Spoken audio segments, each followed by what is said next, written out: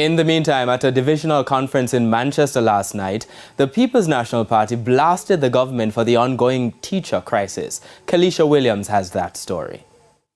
A warm welcome for former MP KD Knight at the Manchester High School on Sunday. And Mr. Knight did not mince words when he was called to the microphone. Up first, the current state of affairs in the island. Jamaica is in a similar position as Babylon. And so I am changing the name of the Prime Minister from Boga to Nebuchadnezzar. Mr. Knight went further to put things into perspective, touching on the pay gap between teachers and politicians. I have nothing against politicians being paid properly. Yes, sir. I am for it.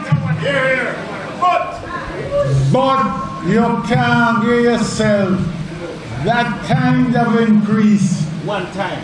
When people like Peter Gay get up 5 days a week, come to work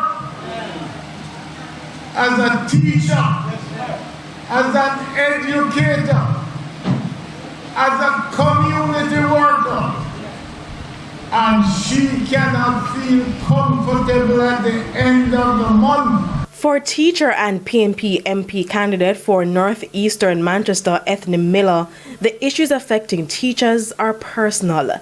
She said she expected a mass migration of teachers leading up to the September 2023 school year since the public sector salary negotiations started with the government. I heard a quiet talk from the teachers of this country.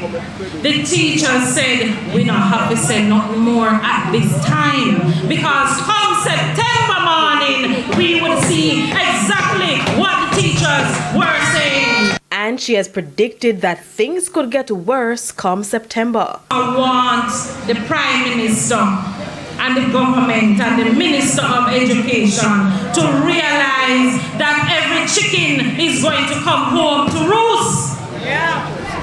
And as a teacher and an educator for over 20 plus years, I can only imagine what Comrade Peter Gay as a principal is going through. There have been dozens of teacher vacancies over the past few weeks.